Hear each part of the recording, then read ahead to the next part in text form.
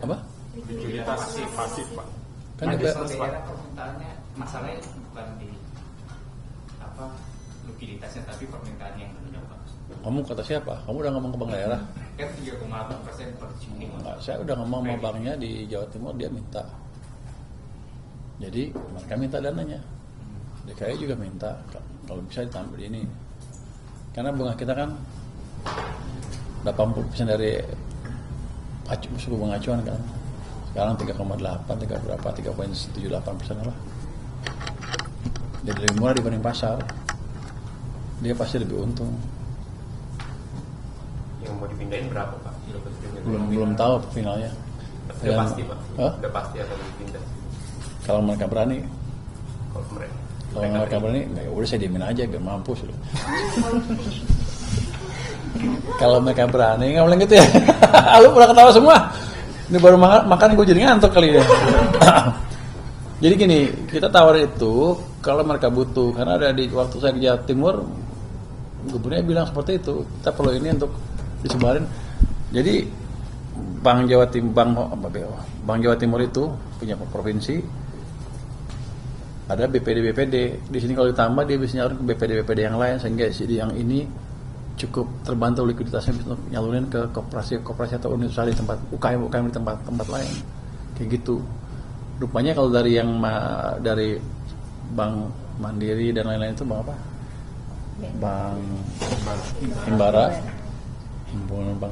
Bank Himbara itu nggak langsung nyebar ke sana, masih lama. Saya pikir tadinya market sana cepat, tapi ternyata lama. Ya nggak apa-apa, kalau gitu kita coba intervensi langsung sana, bisa apa enggak? Kan DKI kan kuat uangnya, jadi saya nggak takut. Jawa Timur juga kuat, saya nggak takut. Kalau itu dua bank ini baru pencobaannya Pak. Jadi kalau bagus di situ bisa di bank-bank daerah lain, BPD. Kalau ada yang jago, Sejauh ini yang punya kemampuan Bank DKI sama Bank Jatim itu ya. saya lihat yang ada permintaan dan punya kemampuan mereka. Oke. Mungkin Bank Jakarta belum minta, tapi saya tanya gubernur tadi gimana? Mau nggak? Mau katanya. Tapi ada angka spesifik yang diminta nggak Pak? Misalnya sekian gitu Pak? Belum. Belum ada. Ancar-ancar saya 5-10 triliun Per bank Pak. per bank. Tadi pagi bilangnya 10 sampai 20 Pak. Oh, kalau 2. Habis makan siang beda ya. Kalau 5 kali 2 kan 10. Kalau 10 kali 2 jadi 20 kan. Nah, kalau 5 kali 10 satu bank. Dia nggak yang DKI kan. Lu gimana sih di jumlah lah, kalau 2 bank kali 2, kalau 1 bank 1. Boleh dong. Terus apa lagi? Tadi malam berapa? Tadi ya. Pak, terakhir kan Bu Sri Mulyani tuh bilang terakhir ya? mau bilang Terakhir ya, yang terakhir nih, efisiensi, udah Pak. dia yang nutup nih. Ada mau efisiensi di tahun depan ya Pak. Kalau melihat gaya Bapak nih yang belanja, apakah tahun depan ada efisiensi atau enggak ada Pak? Coba define menurut Anda efisiensi itu apa? Pengurangan belanja KL Pak. Itu bukan Ditahan efisiensi, itu dulu. motong anggaran. Oh, ditahan dulu Pak, Enggak, diblokir. kalau efisiensi adalah yang ada dipastikan dibelanjakan sesuai dengan peruntukannya dan tepat waktu dan nggak dikorup. Kira-kira itu. Jadi saya bukan spending free, saya nggak ngerubah anggaran kan? Enggak. Belum. Dan anggaran yang ada jangan sampai ganggu sistem. Saya pindahin uang, merubah anggaran nggak? Enggak. Uangnya masih punya pemerintah, tapi tempatnya beda. Jadi pertanyaan Anda apa tadi? Bakal ada efisiensi. Saya bukan spending free kan udah. Efisiensi saya nggak potong. Anggarannya yang sama kemarin, tapi impactnya akan beda kalau Anda lebih pintar. Boleh ngomong gitu? Boleh ngomong lebih pintar. Kalau kita pintar-pintar memanage uang, ini cash management. Berarti akan tetap yang kayak makan bergizi gratis gitu ya Pak misalnya. Jadi kalau anggarannya nganggur dipindah ke yang lain gitu. Iya. Semuanya kalau besar-besar nganggur saya ambil. Kan saya bayar kan, saya bayar bunga kan. Loh, kalau setiap saya bayar sekarang 6%. Setiap 100 triliun nganggur, saya bayar berapa? Bayar 6 triliun kan. Rugi saya. Kalau nganggur 400 triliun 4 kali 6 24 triliun. Saya bayar bunga untuk uang yang nggak dipakai. Mendingan kita beli kerupuk tuh 6 triliun dapat berapa tuh? Berarti nggak akan ada yang diblokir, nggak ada yang diblokir dulu Pak. Tahun Tahun depan biasanya kan ada yang diblokir dulu, terus nanti Dibintangin dibuka biasanya. blokirnya. enggak, Saya dibintangin gitu. enggak. Oke. Nanti kalau nggak mampu coret aja sekalian, nggak usah bintang-bintangan. Makasih ya. Pak, Terakhir Pak, tadi BI tulis uang primer tumbuh 18%. Siapa Oh itu dia yang pakai adjusted. Coba yang nggak adjusted berapa? Yang adjusted kadang-kadang nggak sama dengan pergerakan ekonomi. Jadi itu belum Nggak, bukan salah atau jelek. Lebih akurat yang non adjusted. Kan ada dua dipublish kan, adjusted sama non adjusted. Anda punya yang non adjusted enggak kan? Itu sekitar 13%. Pak Cadef ini turun terendah sejak tahun lalu, sejak Juli 2024. Yang insentif untuk tarik dolar ke Indonesia udah beres Pak. Belum, saya belum itu penasihat yang sedang itu belum balik-balik kayaknya lagi ke luar negeri. Pak Dede Pak. Bukan. Kenapa kamu mesti Pak Pak Dede Dede? lagi di luar. Oh, semuanya di luar. Siapa lagi yang luar negeri? Siapa lagi yang luar negeri orang kita? Tunjuk aja siapa yang ada pejabat kita yang luar negeri siapa? Yang sekarang Pak? Sekarang. Sekarang belum ada. Pak Luhut lagi luar negeri tuh. Orang dia berangkat. Pak Luhut. Bukan, aja tebak-tebakannya luar negeri langsung dia. Lu tebak manggis lu. siapa sih Pak? Ada, saya juga baru ketemu pada waktu itu advisor dari luar negerinya. Ada 3 orang, 4 orang, 3 orang. Ini belum ada keputusan Pak yang insentif baru itu. Belum, harusnya begini aja dulu. Yang penting semuanya stabilize dulu, baru kita ambil tindakan yang perlu. Ada concern nggak Pak? Cadef turunnya terendah sejak Berapa sekarang? 148 triliun terendah sejak Juli 2020. Enggak ada concern. Itu CDF kan dipakai untuk itu kan. Rupiah berapa sekarang?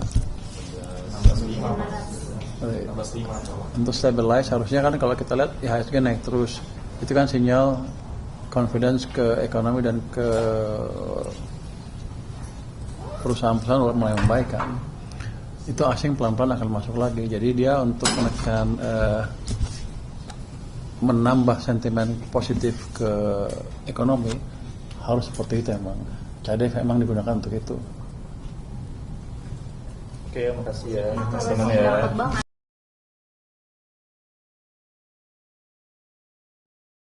Atau TKD usulannya seperti apa?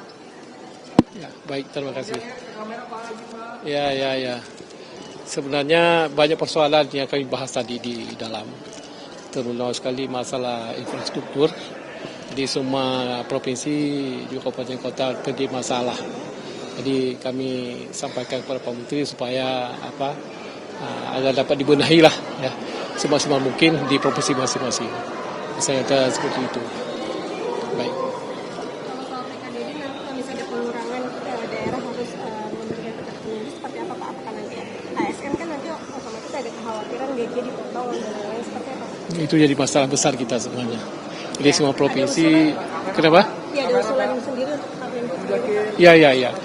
Itu sebenarnya jadi permasalahan kita semuanya. Jadi macam mana mekanismenya pemerintah pusat dapat mengambil kebijakan lah, ya seperti maksud di provinsi masing-masing kami.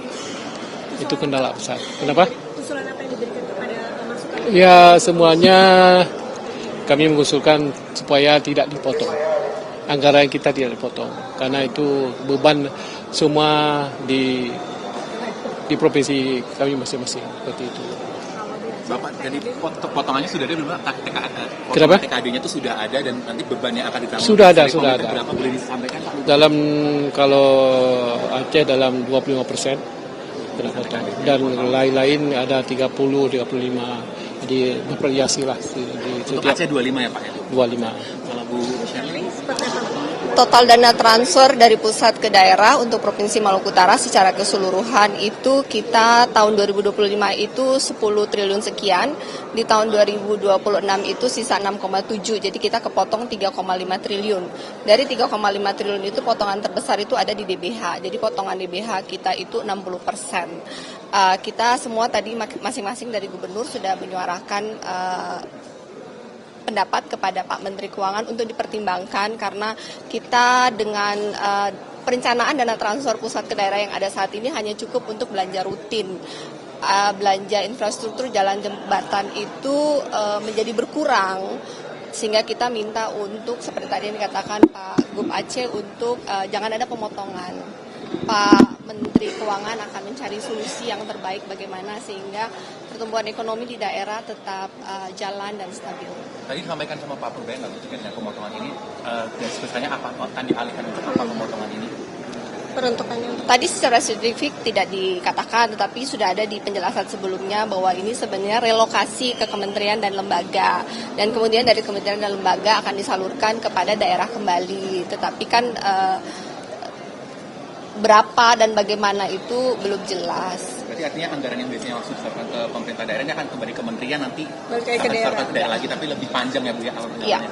ya, benar. Berarti tadi secara umum seluruh pemerintah kepala daerah itu Tidak setuju gitu ya Bu, dengan pemotongan. Semuanya tidak setuju karena kemudian kan ada beban P3K yang cukup besar dan ada janji untuk pembangunan jalan dan jembatan yang cukup besar dengan pemotongan yang rata-rata setiap daerah hampir sekitar 2-30% untuk level provinsi, dan di level kabupaten bahkan ada tadi dari Jawa Tengah yang hampir 60-70% itu berat untuk pembangunan infrastruktur.